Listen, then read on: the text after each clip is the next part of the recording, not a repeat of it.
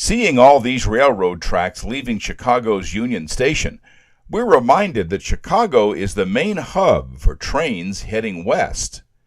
It's also the starting and ending point for most Midwest trains. We're using Chicago as the jumping-off point for going back east, specifically for going to Washington, D.C., our nation's capital. This isn't the best face of Chicago, but it's very real to see this side of the Windy City as its historical industrial core. Not much natural beauty here, but Chicago was built on smokestack industries and meat processing, not so much on Mother Nature. We're headed southeast out of the city, seeing plenty of these old brick factories, some of them looking like they're from somewhere in the early 1900s. Could all these tractor trailers be hauling some product out of this old factory? Or is this a storage space for transportation stalled by the Great Recession? We saw the results of the recession as we rolled past this Chicago neighborhood, seeing shuttered houses and empty lots where abandoned houses had been removed. Detroit is well known for this, but we see that Chicago has not been immune to it either.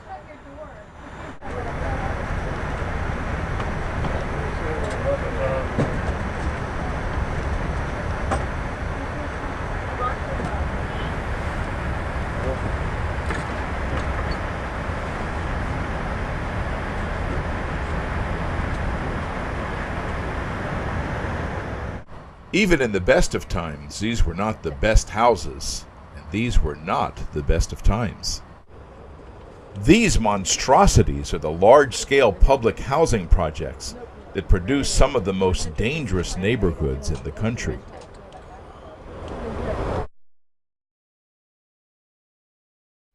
They say that trains allow you to see the best and the worst of the country.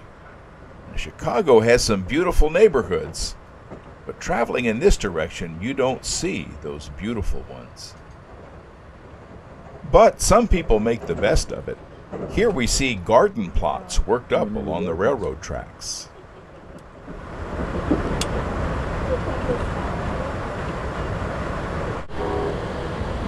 Something was there.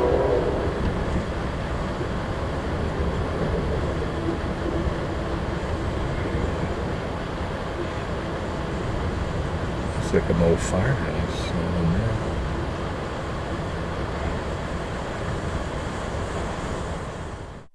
Our attention shifted from the outskirts of Chicago to our destination. In about 24 hours, we'd be in the nation's capital, just in time for the cherry blossoms, as pictured on this cover of the Amtrak timetables.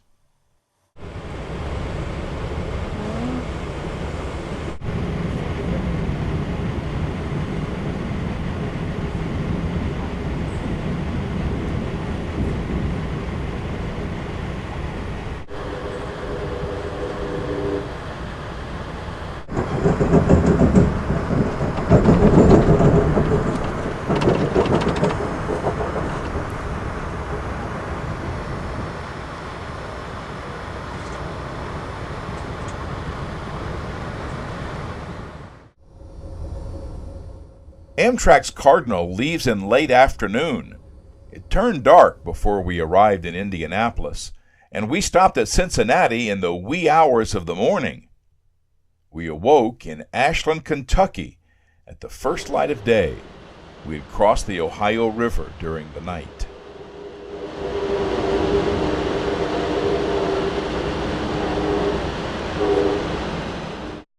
Soon we were in West Virginia, where little towns and small cities were pushed up against the edge of the mountains.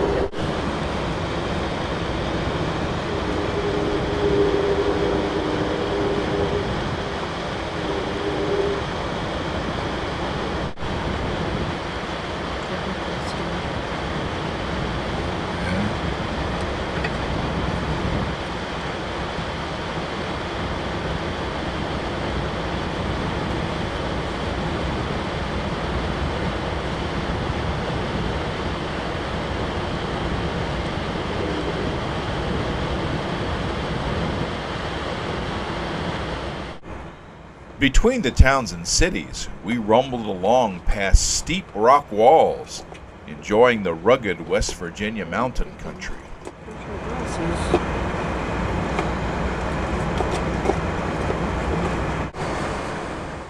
West Virginia is a state well known for its coal mines. Its coal made steel, heated homes, and powered factories. Transporting that coal caused hundreds of miles of railroad tracks to be constructed here. The coal even powered the steam locomotives that haunted these rails in the past.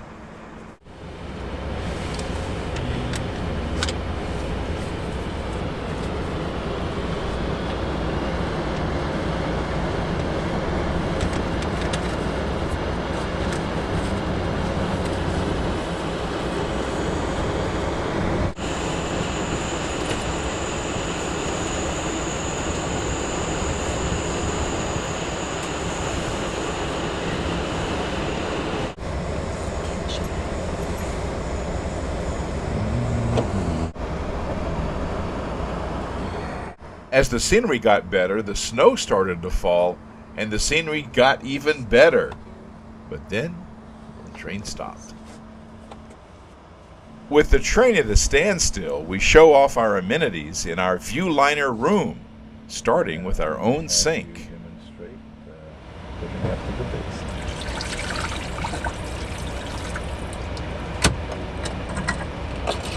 Sound effects and all. Want to show that?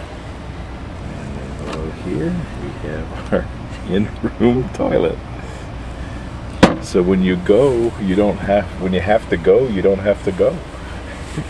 You can go right here. You can go and stay at the same time. The cars on the Cardinal are what's called Viewliner cars. These are single-level cars. This is the passageway through a Viewliner sleeper car.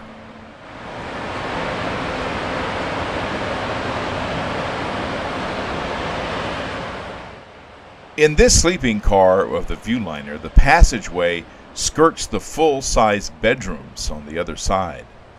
In the next car, the roomettes line up on each side of the corridor. Liz and I were in this car, in a roomette smaller than a bedroom.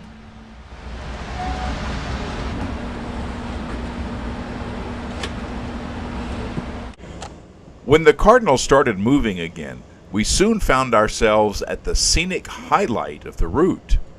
Right out our window was the New River, that iconic mountain stream of the state of West Virginia. This was worth the wait.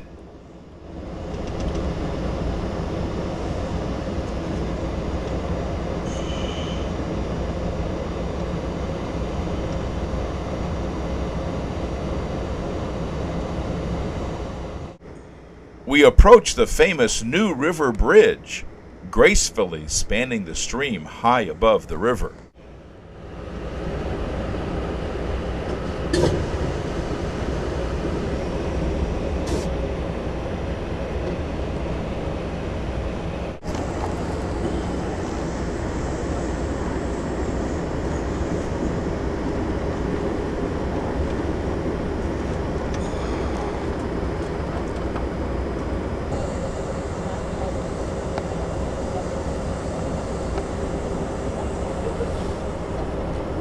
If you could tell, there are a bunch of eagles flying.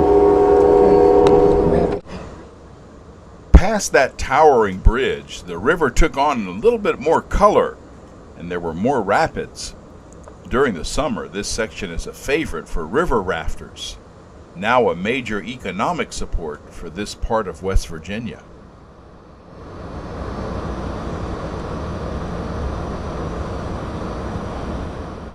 We were traveling in March, and because of the time of year, the deciduous trees had not yet put on their leaves. So we actually got a better view of this river than during other parts of the year.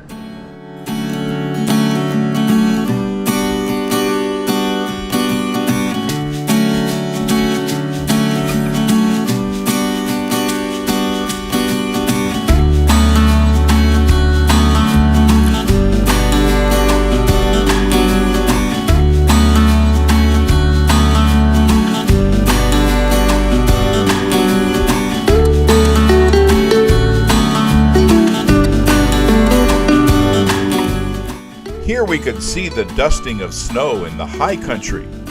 A late winter storm had gone before us, a storm with high winds. We weren't sure what we would see when we reached Washington, but there was plenty to see right here.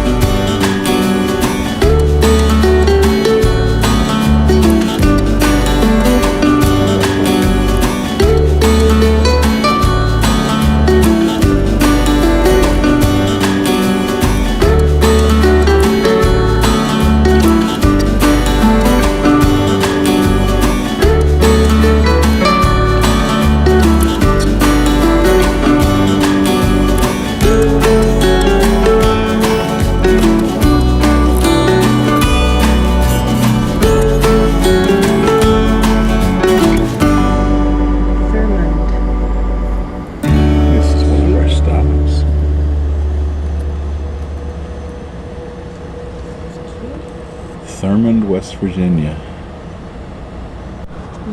At the corner of the station and the trestle right behind.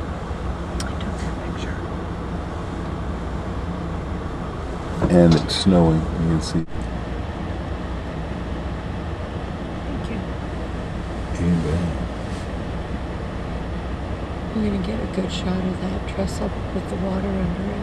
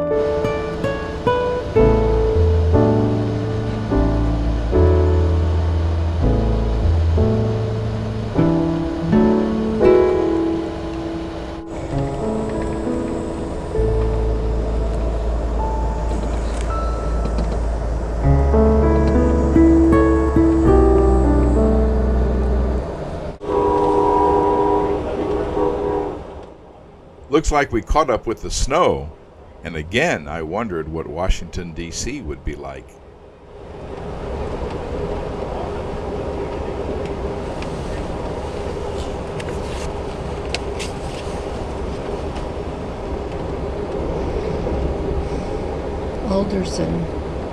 Alderson, West Virginia.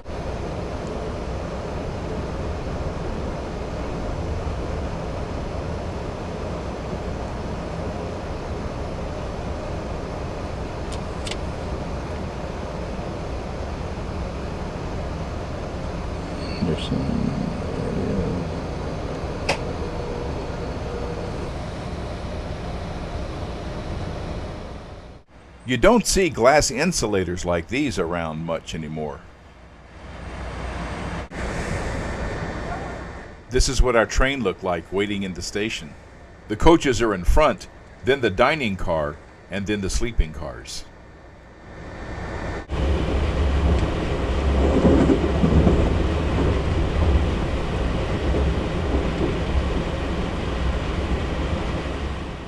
More trees, more snow, more countryside led us into the capital of West Virginia, Charleston.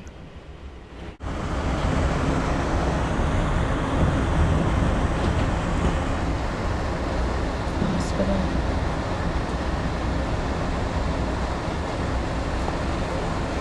The hospital's supposed to have lots of money.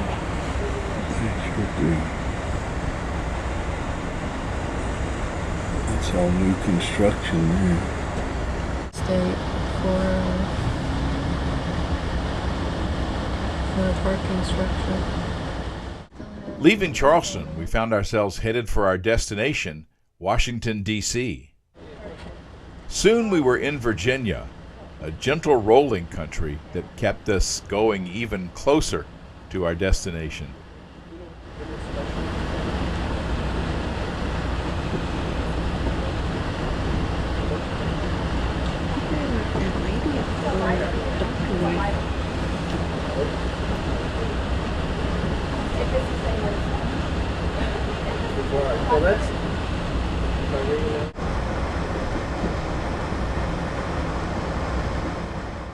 As John Denver wrote, life is old here, so is death. So much of the Civil War was fought in this state.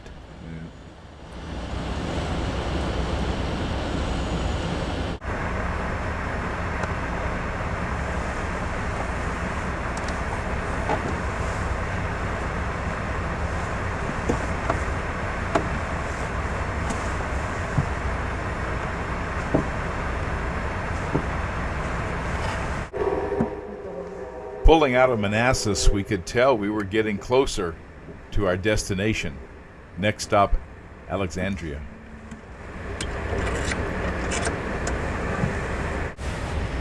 Alexandria. We had seen a lot of countryside, but we weren't in the country anymore. It's like suddenly big.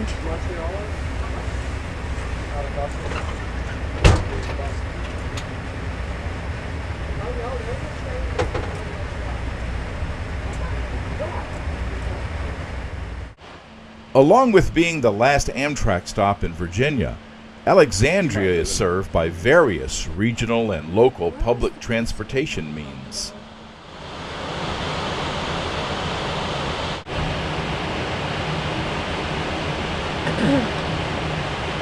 Thank you for remembering that. I got those. Some got off with suitcases. Having detrained some passengers, we began easing our way through the rest of Alexandria and toward Washington, D.C., the District of Columbia.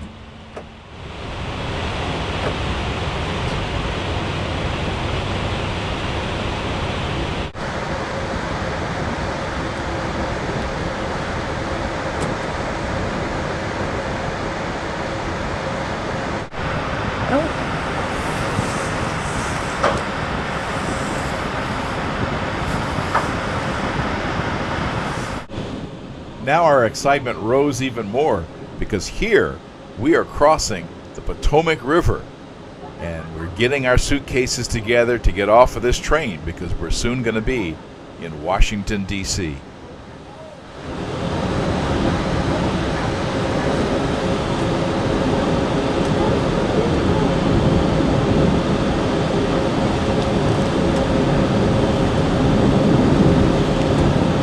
Potomac River. Entering the District of Columbia.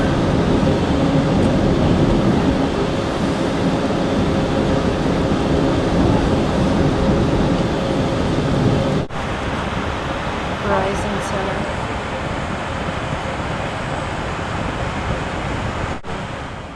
This is the Washington Boat Basin. I didn't know all this water was here when I lived here. After 922 miles in 24 hours, We arrived in Washington, D.C., only an hour late. While the Cardinal went on to its endpoint in New York City, we explored our nation's capital. And then I can go here. And where are we here? Where are we? We are in Washington, D.C. at the National Mall. And no, we're not buying shoes here. We're looking at all the monuments and all the museums on our National Mall. West side. The wooden doors you see on the balcony are where every president since Ronald Reagan had their inauguration. The Washington Monument still towers over the mall, but in 2013 it was still being repaired for damage that it sustained during an earthquake. This is the Museum of Natural History, one of many Smithsonian Institute museums on the Washington Mall. Meet James Smithson, a wealthy Englishman who donated his entire estate to establish what has grown to be the largest museum and research organization in the world, the Smithsonian Institute. You can meet him. He's buried right here in the castle. Entrance into the Smithsonian Museums is free, so the crowds get pretty big. From the mall, we got this enticing view of the White House in the distance. Since Congress had imposed the sequester, our White House tour was canceled. This is from the vantage point of probably, well, we know thousands of people were here that had bussed into Washington, D.C. in 1963 to hear Martin Luther King right up there at the Lincoln Memorial give his I Have a Dream speech. We're standing on the spot where some people were standing listening to that speech. With the White House tour a no-go, the Lincoln Memorial became our main goal, so we're headed there on our first full day in the Capitol.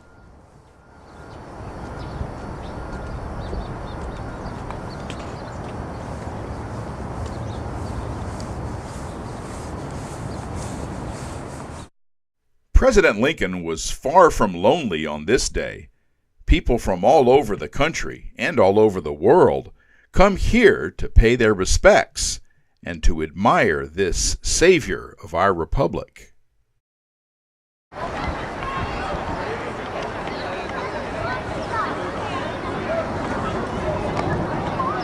You ready?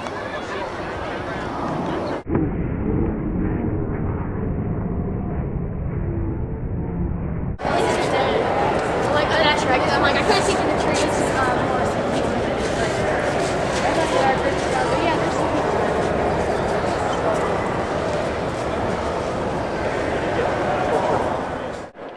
The inspiring words of Lincoln are engraved on the walls inside the monument. Visitors are encouraged to set a respectful, reflective mood. But all these people produce an energy of excitement and joy.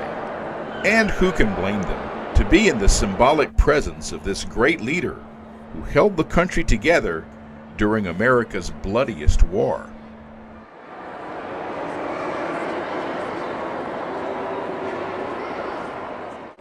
This is the view looking east, the view Martin Luther King Jr. had while giving his I Have a Dream speech. Only the reflecting pool then was lined by a sea of people.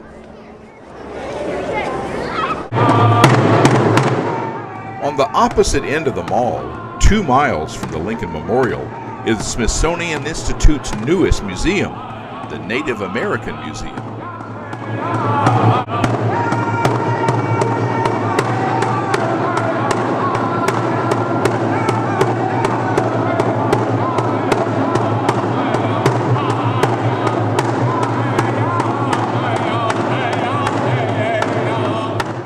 Various native tribes were involved in the museum's design, allowing visitors to learn about Native American culture in the past and in the present. My name is Dennis Zokai, and I'm a museum cultural specialist. I'm a proud member of the Kiowa, Santi Dakota, and transition to contemporary native life. As a National Museum, we represent over 2,000 2,000 native communities located throughout the entire Western Hemisphere. On Amtrak's Cardinal westbound, visiting the capital. Yes.